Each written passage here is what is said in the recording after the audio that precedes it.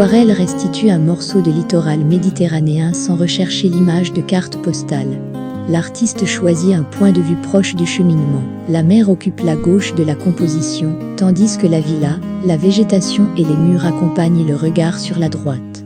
Entre les deux, un passage irrégulier conduit vers le fond et donne l'impression de pouvoir poursuivre la promenade.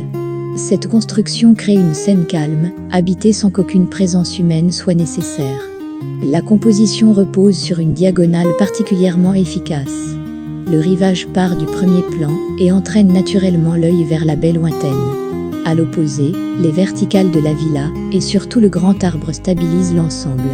Ce principe rappelle certains paysages méditerranéens d'Albert Marquet, non dans le traitement pictural lui-même, mais dans cette manière de laisser l'espace et la ligne du rivage organiser silencieusement le tableau. Le ciel volontairement peu démonstratif permet à la lumière de circuler sans devenir le sujet principal. L'association de l'encre et de l'aquarelle est ici bien équilibrée. Le dessin définit les architectures, les grilles, les murets et les accidents du chemin, tandis que les lavis prennent davantage de liberté dans la végétation, le ciel et la mer. Les verts olives, les terres chaudes et les bleus légèrement grisés constituent une gamme cohérente avec la lumière méditerranéenne.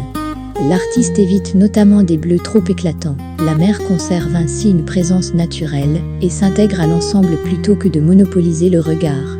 Le premier plan est particulièrement intéressant par son caractère presque fragmentaire. Rochers, herbes, bords de mer et chemins sont suggérés par une succession de touches, de réserves et de traits rapides. Cette écriture rapproche l'œuvre de l'esprit des carnets de voyage contemporains, mais dans une réalisation plus construite qu'un simple croquis pris sur le vif. On peut également penser à certaines aquarelles de Paul Signac consacrées aux côtes méditerranéennes pour la recherche d'une lumière colorée, même si l'artiste adopte ici une palette nettement plus retenue et une présence du dessin beaucoup plus affirmée. L'intérêt artistique de cette aquarelle tient finalement à son équilibre entre précision et spontanéité. La villa est suffisamment décrite pour donner son identité au lieu, mais la végétation et le rivage restent beaucoup plus libres. L'artiste ne cherche pas à tout expliquer, les formes se dissolvent progressivement lorsqu'elles s'éloignent du centre d'intérêt. Cette hiérarchisation donne à l'ensemble une agréable profondeur. Parmi les scènes méditerranéennes de l'aquarelliste, celle-ci possède surtout la qualité d'un lieu réellement observé et parcouru, davantage qu'une vue touristique composée pour son seul pittoresque.